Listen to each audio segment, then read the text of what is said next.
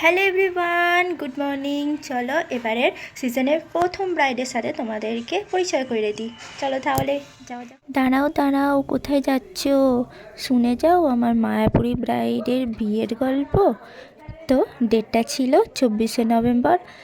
সবার মতন আমারও ব্রাইড ছিল সেই দিন, আর ব্রাইডের লোকেশান ছিল আরামবাগের কাছাকাছি, আমার বাড়ি থেকে প্রায় 2 ঘন্টা দূরে। তো রীতিমতো আমরা গাড়িতে উঠে পড়ি, গাড়ি চলতেও শুরু করে দেয়। মাঝখানে আমাদের একটু তেল নিতে হয়েছিল গাড়িতে, তারপর আবার আমরা রওনা দিই। তো যেখানে যাচ্ছি সেখানে না অনেক নদী আছে, যেতে যেতে অনেক নদী পড়েছিল। তারপর লাস্ট ব্রাইডের ভেন্যুতে এসে পৌঁছাই গুগল ম্যাপের দ্বারা। তারপরে ব্রাইডকে এসে দেখতে পাই, ও ছাদ থেকে আমাদেরকে হাই হ্যালো করছিল, দেন আবার নিচে চলে আসে। দেখো আমার এটাই হলো ব্রাইড।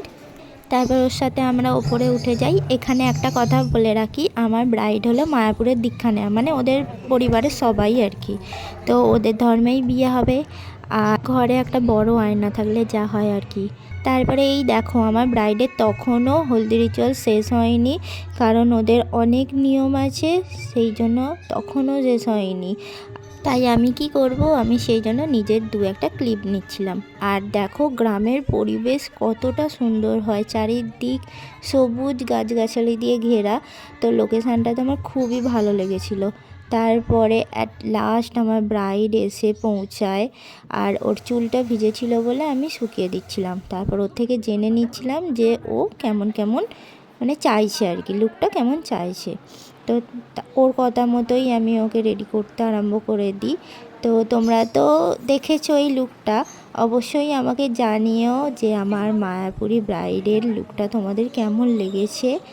মেকআপ করার যে এক্সপিরিয়েন্স এর আগের ওর খুব একটা ভালো ছিল না, তাই ও একটু ভয়ে ছিল যে ওকে কেমন লাগবে না লাগবে। তো ওরও খুব ভালো লেগেছে, ওর বাড়ির লোকেরও খুব ভালো লেগেছে। তো কাজ শেষে এই যে আমাদের গাড়ি এসে গেছে, এবার যাওয়ার পালা বাড়িতে। চলো টাটা। তোমরা যারা যারা ভাবছো আমার কাছে সাজবে নিজেদের স্পেশাল দিনটা, তারা তারা এক্ষুনি বুক করে নাও।